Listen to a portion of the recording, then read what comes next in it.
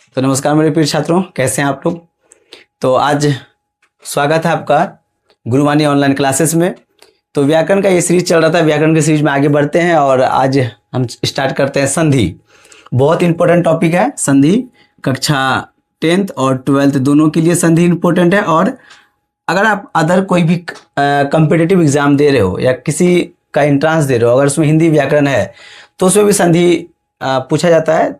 और अगर कक्षा 10th और 12th की बात करें बच्चों, तो लगभग 3 से 4 क्वेश्चन तो हर साल रहता ही रहता है। तो अलग अलग तरीका से पूछा जाता है, तो हम आपको वो तरीका ही बताएंगे। आप हमारा पूरा वीडियो देखिएगा किस तरीका से 3 से 4 सवाल पूछा जाता है। हम आपको इस तरह से बताएंगे कि आपका ये 3 से 4 सवाल आपका नहीं छूटने वाला है। 100% ये 3 से 4 सवाल आपका संधि से क्लियर हो जाएगा। तो हमारा वीडियो में बने रहिए और देखिए संधि। तो चलिए स्टार्ट करते हैं संधि। तो संधि कहते किसको है, पहले समझिएगा संधि कहते किसको है। संधि का सिंपल अर्थ होता है बाबू, साधारण अर्थ होता है मिलना, जुड़ना। ठीक है, मिलना, ध्यान दीजिएगा। इसका साधारण अर्थ क्या होता है, मिलना, जुड़ना। जैसे ये अलग अलग दोनों चीज है, ये अलग अलग है और इसी को हम एक साथ ऐसे जोड़ देंगे तो यही क्या हो गया, संधि। और इसी को अलग कर देंगे, क्या हो गया, विच्छेद। तो समझ में आ गया होगा।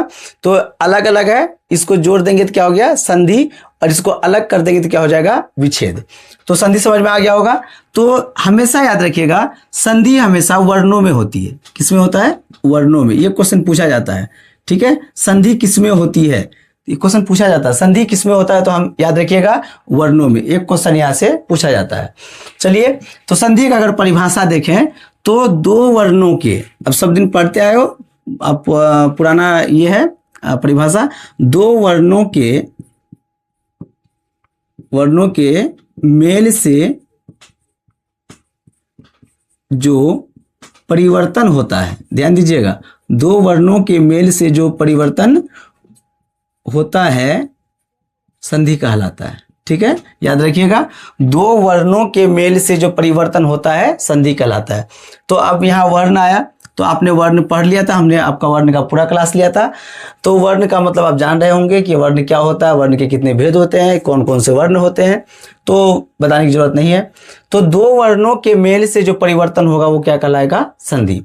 अब जैसे दो वर्णों के मेल से, तो आप याद रखिएगा संधि हमेशा वर्णों में होती है। ये बात याद रखिएगा, संधि हमेशा वर्णों में होती है। तो देखिए, जैसे देखिए, अगर हम बोलेंगे राम जोड़ अयन, ध्यान दीजिएगा, राम जोड़ अयन, अब संधि किसमें किसमें होगा, तो बोला संधि वर्णों में होती है। तो वर्णों में आप याद रखोगे, अगर इसको मान लें पहला पद, याद रखिएगा पहला पद, फर्स्ट पद मान लें इसको फर्स्ट पद, इसको मान लेते हैं हम सेकंड पद, ध्यान दीजिएगा।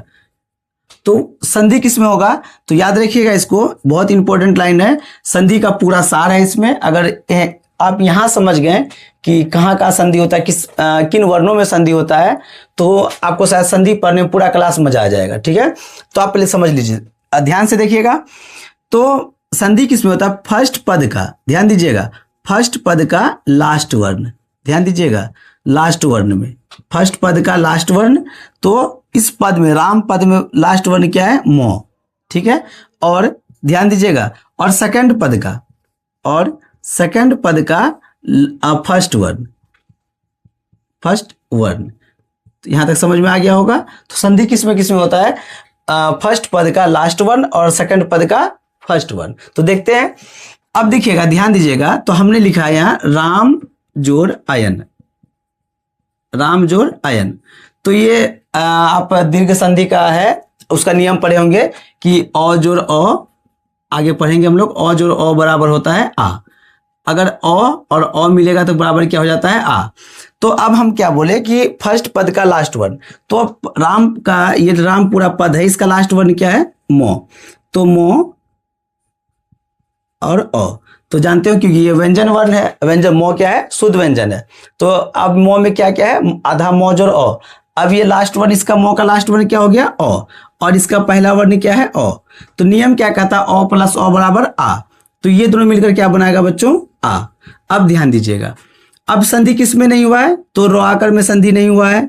ठीक है, और रो आकर में संधि नहीं हुआ है, और आधा मो में, और आधा इसमें संधि नहीं हुआ है, और ये अ जोड़ अ बराबर क्या बनाया, आ। तो हम यहाँ आ इसको ऐसे लिख सकते हैं, और ये यो नौ में संधि नहीं हुआ है, तो इसको ऐसे लिख सकते हैं। अब जोड़िए, आधा मोह जोड़ आ बराबर क्या होगा, मोह में आकर, तो हो जाएगा र आकर, मोह में आकर और यो और नौ। तो समझ में आ गया आपको रामायण। तो देखिए किस तरह से संधि हुआ।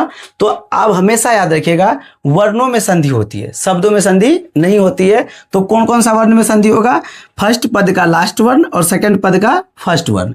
तो यहाँ आप समझ में आ गया होगा आपको। और एक और एग्जाम्पल लेते हैं, जैसे देखिएगा मान लें हम बोलेंगे विद्या जोड़ आलय, विद्या जोड़ आलय। अब यहां ध्यान से देखिएगा, तो नियम, और एक नियम है क्या, आज और आ बराबर क्या होता है बच्चों, आ। नियम क्या कहता है, आज और आ बराबर क्या होता है, आ। ये दीर्घ संधि का उदाहरण है, ठीक है।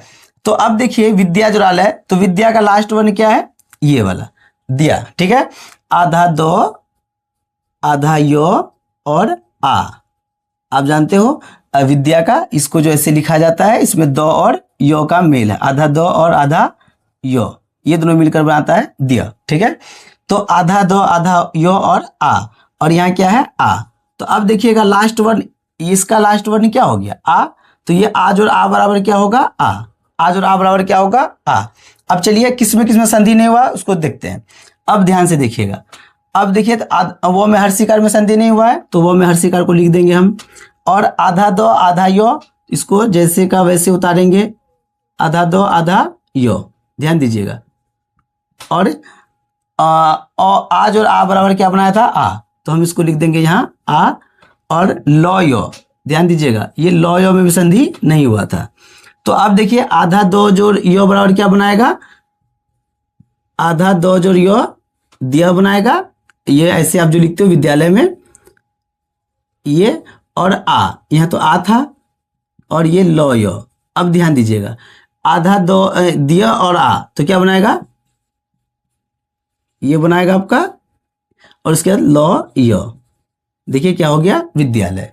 तो समझ में आ गया होगा किस तरह से संधि होता है। तो संधि का पूरा क्लास देखने के लिए आप हमारे चैनल को सब्सक्राइब कीजिए और हमारे साथ जुड़िए।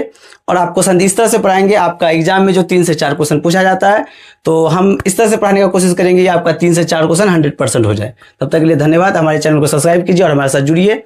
धन्यवाद।